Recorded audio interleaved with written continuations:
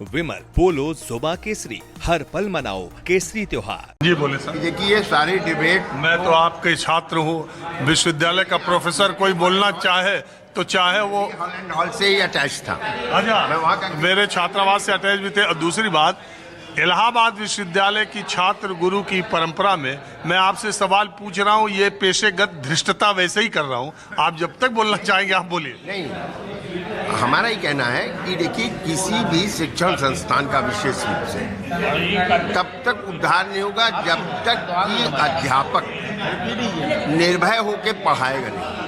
देखिए इतना भय का माहौल व्याप्त हो गया टीचरों में, टीचर इतना डिफेंसिव हो गया कि वो लेक्चर अपने देने में बराबर इस बात पे ध्यान लगाए रखता कि यार कहीं गड़बड़ हो जाए, नहीं तो बाहर हम फंस जाए। तो देखिए इसको उसको जो है भय मुक्त करना पड़ेगा अगर आप चाहते हैं कि क्वालिटी एजुकेशन हो। तो इतना भय व्याप्त हो गया टीचर में, वो इस घबरा हुआ कि FIR न हो जाए कल हमारे खिलाफ। तो आप देखिए अगर आप शुभचिंतक हैं संस्थाओं में, आपके पॉलिटिकल पॉइंट ऑफ व्यू हो, एक अलग बात है भाई कि फंस गया गुरु, चलो बड़ा अच्छा हुआ, तो ये तो कर सकते हैं, आप अफोर्ड करें क्योंकि आपको आप संस्था में नहीं है। पर संस्था की दृष्टि से अगर हमको उच्च कोटि की शिक्षा देनी है तो आपको अध्यापक को निर्भय करना पड़ेगा। ठीक है सर। अब मैं थोड़ा कॉफी अब थोड़ी कॉफी पीता हूँ, इसके बाद अगली टेबल पर लोगों से माहौल क्या है जानने की कोशिश करता हूँ। आपका क्या नाम है? अब बड़े अभिनव श्रीवास्तव।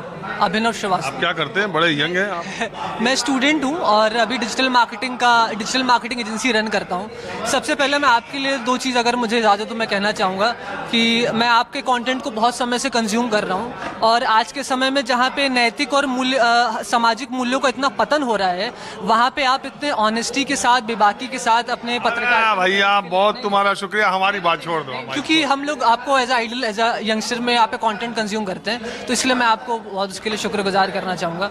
और आप हमारे कॉफ़ी हाउस में आए जहाँ फिराक साहब, रघुपति साहब फिराक गोरखपुरी और इतने बड़े बड़े शायर हुए, तो उसके लिए मुझे मैं यहाँ आते रहता हूँ। तो आप पढ़ाई कर रहे हैं, ये UGC रेगुलेशंस के लिए कि छात्रों में क्या माहौल है? देखिए, एक चीज़ तो मैं ये कहूँगा कि जिनके साथ ये विधर्म हुआ, जिनके साथ ये चीज़ें हुई, तो हमें उनको पहले उनका दर्द, उनका मर्म समझना होगा। ठीक है, अगर मैं प्रो UGC नहीं हूँ, मैं एंटी UGC नहीं हूँ, मैं एक न्यूट्रल पर्सपेक्टिव से अपनी बात कहना चाहता हूँ। अगर हम उनके दर्द को समझें, उनके साथ जो डिस्क्रिमिनेशन होता है, जो 2012 में जो नियम आया, फिर 16 में जो तमिलनाडु में जो साउथ में केस हुआ, अगर उनके साथ जो, जैसे मेरे एक फ्रेंड है वो भी SC है और हम तमाम हमारे साथ हर मज़हब के और उसके दोस्त यार मेरे हैं। तो पहली चीज़ तो डिस्क्रिमिनेशन का कोई मजहब नहीं होता, कोई जाति नहीं होती, कोई समुदाय कुछ नहीं होता। डिस्क्रिमिनेशन एक इंटेंट है, ज़रा आप समझिए। अब जैसे हो सकता है कि मैं यहाँ पे बहुत समय से बैठा हूँ और तमाम यहाँ इमाम शोहदा आए, उनको वेटर्स रिसीव कर रहा है और मुझे कोई आधे घंटे से एड्रेस नहीं कर रहा है, तो मैं फील कर सकता हूँ कि मेरे साथ एक काइंड ऑफ डिस्क्रिमिनेशन हुआ। लेकिन अब ये जो उन्होंने US बनाया, उसके बाद इन्होंने स्क्वाड बनाया, फिर उन्होंने EC कमेटी बनाई। अब इस कमेटी में सबसे बड़ा इशू ये है कि ये बहुत वेग डिस्क्रिमिनेशन को आपने डिफाइन कर दिया। तो डिस्क्रिमिनेशन का पैरामीटर क्या होना चाहिए, वो कितना स्पेसिफिक होना चाहिए, पहले हम ये तय करना पड़ेगा। दूसरी चीज़ है कि उस स्क्वाड में अलग अलग वर्ग के लोग हैं, SCs हैं, OBCs हैं, वुमेन हैं, लेकिन उसमें जनरल का जो मैंडेट आया, अगर आपने देखा होगा, जो उनका स्क्वाड नहीं, इक्वलिटी स्क्वाड जो उन्होंने बनाया है, इक्विटी कमेटी, लेकिन उसमें कहते हैं कि रिजर्वेशन जिसको दिया जाता है उसको मेंशन करते हैं, बाकी जनरल के लिए ये। आप जब कोई वैकेंसी निकलती है तो लिखा जाता है 15% SC, 7.5% ST, 27% OBC, इतना 10% EWS, बाकी ओपन है, जनरल है। वो तो किसी के लिए हो सकता है सब जनरल हो जाए, हो सकता है OBC उसमें। क्या उस कमेटी में कोई भी एक न्यूट्रल पर्सपेक्टिव से एक ज़रूरत नहीं है हमारी? हाँ, देखिए ये सवाल कहा जा रहा है कि जैसे आपने सबको कैटेगराइज किया तो 5 आप कह सकते थे, इसमें 5 जनरल होंगे, वही चीज़ है। और रिजर्वेशन पे अगर मैं इसमें चीज़ ऐड करना चाहूँगा कि जैसे SC में है, ST में है, मैं रिजर्वेशन के अगेंस्ट या प्रो की बात नहीं कर रहा। आपका EWS जनरल में है। अब हमें ये लगता है कि जब हमें श्रवण से आते हैं कि तो जनरल वर्सेस ऑल की एक फाइट लगती है। मेरा ये कहना है कि जैसे जैसे समय बदल रहा है, मूल्य बदल रहे हैं, तो क्या ये पैरामीटर भी बदलना चाहिए? क्या सरकार UGC में जितना तत्परता के साथ उन्होंने बिल लाया, ये क्यों नहीं रोजगार के लिए भी ऐसे कुछ बिल पास करती हैं, या कोई पैमाना हो? रिजर्वेशन भी समय के साथ साथ इवॉल्व क्यों नहीं हो रहा? मेरा ये आपका भी कुछ बोलना है मौजूदा हालात के बारे में साहब?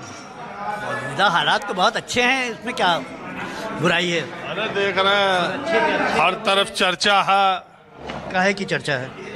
कहीं यूजीसी की, कहीं अभी मुक्तेश्वर आनंद के केस की, कहीं पॉलिटिक्स जो है वो आउटडेटेड पॉलिटिक्स है। अरे कास्ट तो बढ़ती चली जा रही है, आप कह रहे हैं अरे आप इसीलिए तो अच्छी आउटडेट हो गई, जब बढ़ गई तो उसका कोई रेलेवेंस नहीं बचा, क्योंकि अब इतने फ्रेगमेंटेशन हो गए हैं कि अब कास्ट इक्वेशन जो डायनेमिक्स चलती थी वो डिस्ट्रॉय हो गई है। अब कोई किसी का वोट बैंक नहीं बचा। अब अपनी अपनी जाति के नेता, हम हमारी जात जाने दीजिए। नहीं हम कह रहे हैं अब जातियों के नेता हैं, अब बैकवर्ड नेता, फॉरवर्ड नेता, एससी नेता नहीं है। इसीलिए मैं कह रहा हूँ कि एक पर्टिकुलर जात का नेता बाकी जातियों का नेता बन गया था, लेकिन अब हर जात का अपना नेता है, इसलिए उनकी डायनेमिक्स का कोई रेलेवेंस नहीं बचा। तो ये लोग अब आउटडेटेड पॉलिटिक्स करते रहेंगे और मोदी अपनी पॉलिटिक्स में सक्सेसफुली निकलता जाएगा। कोई किसी का वोट बैंक नहीं है, कम्युनिटीज़ का भी वोट बैंक नहीं है, कम्युनल वोट बैंक हैं, और वो किसको एडवांटेज पहुंचा रहे हैं आप समझ सकते हैं। अब कास्ट पॉलिटिक्स में आप लोग करते रहिए, जितना चाहिए करिए, और अच्छा है। आपका क्या मानना है सर? सरकारी वकील हैं। अच्छा सरकारी, आप सर बताइए, ये जो चर्चा है, देखिए नेता जहां आए हैं वहां पता चल जाता है, उधर नेताओं की आवाज़ बहस की इतनी तेज होने लगी। बहरहाल आप बताएं सर। मैं अपना परिचय बता दूं, मैं हाईकोर्ट में सीनियर एडवोकेट हूं, मेरा नाम शंभू चोपड़ा है, और मैंने ये जो यूजीसी की गाइडलाइंस हैं इस पर ज़्यादा अध्ययन नहीं किया है, मैंने डिटेल में नहीं पढ़ा है, लेकिन जो थोड़ा बहुत भी मैंने समझा है वो मुझे ये लगता है कि ये सरकार का एक अच्छा प्रयास था कि जो शेड्यूल कास्ट और शेड्यूल ट्राइब्स के विद्यार्थी हैं उनको मुख्य धारा में लाने का प्रयास था। केवल आरक्षण से बात नहीं बनती, उनको मौका दिया जा रहा था कि ये मुख्य धारा में सम्मिलित हो, इनको और अच्छी उच्च स्तरीय की पढ़ाई लिखाई का मौका मिले, और उनको भी सवर्ण जाति के लोगों के साथ सम्मिलित होने का अवसर मिले। लेकिन दुर्भाग्य से सवर्ण जाति के लोगों ने इसको सही नज़रिए से नहीं देखा, और उन्होंने इसमें कास्ट का वो प्रयास देखा कि डिवाइड एंड रूल वाला ये प्रयास देखा सरकार की नीति। हालांकि ऐसा मेरे ख्याल से नहीं था। इसलिए मुझे लगता है कि ये जो प्रयास था सरकार का, ये विफल इसीलिए हुआ क्योंकि सवर्ण जाति के विद्यार्थियों ने और लोगों ने विरोध किया, अथवा इसका जो मकसद था वो सही था और अच्छा था इसके पीछे।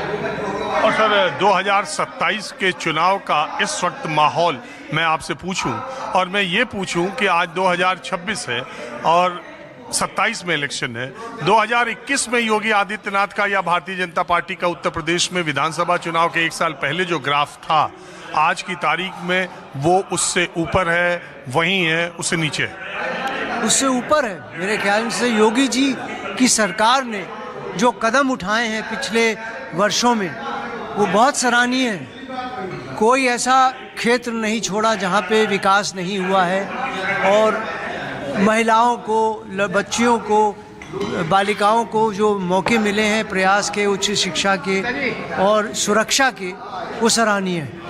योगी सरकार ने इतना हम लोग में आत्मविश्वास पैदा कर दिया है, और उनकी नीतियों ने हमारे प्रदेश को बहुत आगे बढ़ाया है, बहुत विकसित कराया। आज उत्तर प्रदेश का जो स्थान है, मैं समझता हूँ देश में 2-3 प्रांतों को छोड़ के सबसे ऊपर है। किस पैमाने? नहीं, लॉ एंड ऑर्डर के भी पैमाने से आप देख लीजिए, चाहे विकास देख लीजिए, चाहे शिक्षा का क्षेत्र देख लीजिए, चाहे सुरक्षा का देख लीजिए, हर क्षेत्र में लोगों को में आत्मविश्वास बढ़ा है, और इतने धार्मिक स्थलों का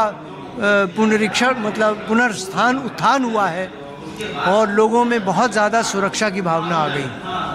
थैंक यू, आप लोगों ने बात की, इसका बहुत शुक्रिया। अब जरा मैं उधर नेताजी लोग बैठे हैं, जरा उनकी टेबल पे भी चलता हूँ।